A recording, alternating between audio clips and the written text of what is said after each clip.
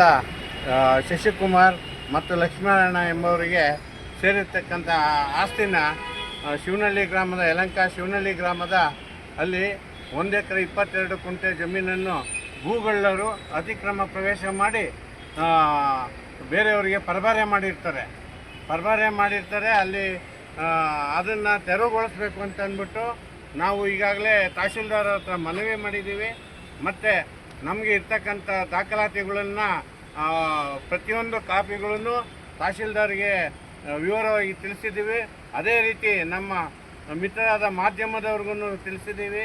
ಇದು ಯಾಕೆ ಅಂತಂದರೆ ಯಲಹಂಕದಲ್ಲಿ ಇದೇ ರೀತಿ ನಡ್ಕೊಂಡು ಹೋಯ್ತು ಅಂತಂದರೆ ಇನ್ನೂ ಅತಿ ಹೆಚ್ಚಿನ ಭೂಗಳ್ಳರು ಹುಟ್ಕೊಂಡು ಯಲಹಂಕನ ಒಂದು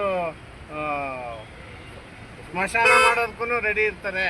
ಅಂಥ ಭೂಗಳ್ಳರು ಇಲ್ಲಿ ಸೃಷ್ಟಿಯಾಗಿದ್ದಾರೆ ಅಂತ ಹೇಳ್ತಾ, ಮತ್ತು ಈ ಒಂದು ಇದರಲ್ಲಿ ನಮ್ಮ ಶಶಿಕುಮಾರ್ ಮತ್ತು ಅವರ ಕುಟುಂಬಕ್ಕೆ ಈ ಮಾಧ್ಯಮದ ಮೂಲಕ ಎಲ್ಲ ಒಂದು ಸಹಾಯ ಮಾಡಿ ಮತ್ತು ಅವರಿಗೆ ನ್ಯಾಯ ಒದಗಿಸ್ಕೊಡ್ಬೇಕು ಅಂತ ತಮ್ಮ ಮಾಧ್ಯಮದ ಮೂಲಕ ಕೋರ್ತಾ ಇದ್ದೀನಿ. ಮಾರ್ಕೆಟ್ ಪ್ರೆಸೆಂಟ್ ರೇಟು ಎಷ್ಟಿದೆ ಸರ್ 1 ಎಕರೆ ಚಿಲ್ಲರೆ ಗುಂಟೆಗೆ?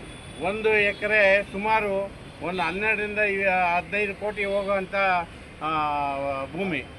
ಇವತ್ತು ಅದು ಸುಮಾರು ಒಂದು 25 ಕೋಟಿ ಬೆಲೆ ಬರ್ತಕ್ಕಂಥ ಸ್ವತ್ತು ಆಗಿದೆ. ಅದು ನಿಮ್ಮ ಹೆಸರು ಏನಾಗಿದೆ? ನನ್ನ ಹೆಸರು ಜಯಶಂಕರು. ನಾನು ಮಾಜಿ ತಾಲೂಕ್ ಪಂಚಾಯತಿ ಅಧ್ಯಕ್ಷ ಮತ್ತು ಇದೇ ಯಲಹಂಕದಲ್ಲಿ 96ನೇ ಇಸ್ವಿನಲ್ಲಿ ಅಧ್ಯಕ್ಷ ಆಗಿದ್ದೆ. ನಾನು ಈಗ ಮಾಜಿ ಆಗಿದ್ದೀನಿ. ಅವ್ರದ್ದು ಸೊತ್ತಾಗಿರುತ್ತೆ. ಕ್ಯಾಮ್ರಾ ನೋಡ್ಕೊಳ್ಳಿ. ನಮ್ಮ ತಂದೆಗೆ ಬಂದಂಥ ಸೊತ್ತು. ಹಾಗಾಗಿ ಈಗ ಅದನ್ನು ನನ್ನ ಸರ್ಕಾರದಿಂದ ಏನೇನು ನಾನು ದಾಖಲಾತಿಗಳನ್ನ ಮಾಡ್ಕೊಬೇಕು ಆ ದಾಖಲಾತಿ ಮಾಡಿದ್ದೀನಿ. ಅದು ನನಗೆ ಸಮಸ್ಯೆ ಆಗಿರೋದ್ರಿಂದ ಅಲ್ಲಿ ರೌಡಿಗಳು ಅವರು ಇವರು ಜಾಗದಲ್ಲಿ ಬರೋದ್ರಿಂದ ನಾನು ಇವರ ಸಹಾಯನ ಕೇಳಿಕೊಂಡು ನಾನು ಈ ಕೆಲಸ ಮಾಡಿದೆ. ಈಗ ಶಿವನಹಳ್ಳಿ ಎಷ್ಟು ಸರ್ವೆ ನಂಬರು, ಎಷ್ಟು ಜಾಗ? 57 ಸರ್ವೆ ನಂಬರು, 1 ಎಕರೆ 1 ಕುಂಟೆ ಕರಾವಳಿ. ನೀವು ಎಷ್ಟು ಜನ ಅಣ್ಣ ತಮ್ಮಂದ್ರು? ನಾವಿಬ್ಬರು ಅಣ್ಣ ತಮ್ಮಂದರು. ಅಣ್ಣ ತಮ್ಮ ಲಕ್ಷ್ಮೀನಾರಾಯಣ. ಈಗ ಯಾರು ಅಕ್ರಮವಾಗಿ ಅದನ್ನ ಪೊಸಿಷನ್ಗೆ ಬಂದಿದ್ದಾರೆ, ಮಾರಾಟ ಮಾಡಿದ್ದಾರೆ? ಯಾರು ಇದ್ದಾರೆ ಅನ್ನೋದು ನಮಗೆ ಅಷ್ಟು ತಿಳುವಳಿಕೆ ಬರಲಿಲ್ಲ.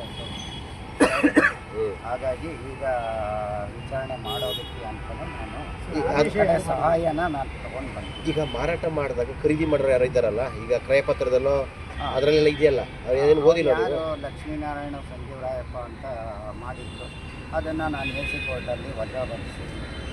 ಏನಂತ ಆದೇಶ ಮಾಡಿದ್ದಾರೆ ಎ ಸಿ ಅವರು? ಇದು ಶಶಿಕುಮಾರ್ ಅವರ ಸೊತ್ತಾಗಿರುತ್ತದೆ ಅಂತ ಆದೇಶ ಮಾಡಿಸ್ತೀನಿ. ಸರ್ಕಾರದಿಂದ ನಾವು ಏನು ಈಗ ನಿಮ್ಮ ಜಮೀನು ನಿಮ್ಗೆ ಬೇಕು? ಹೌದು. ಈಗೇನು ಮನವಿ ಕೊಟ್ಟರೆ ತಹಸೀಲ್ದಾರ್ ಏನು ಹೇಳಿದ್ರು? ತಹಸೀಲ್ದಾರಿಗೆ ಮನವಿ ಕೊಟ್ಟಿದ್ದಾರೆ. ನಮ್ಮ ಕಡೆ ಅವರು ಏನು ತೀರ್ಮಾನ? ನಿಮ್ಮ ಹೆಸರು?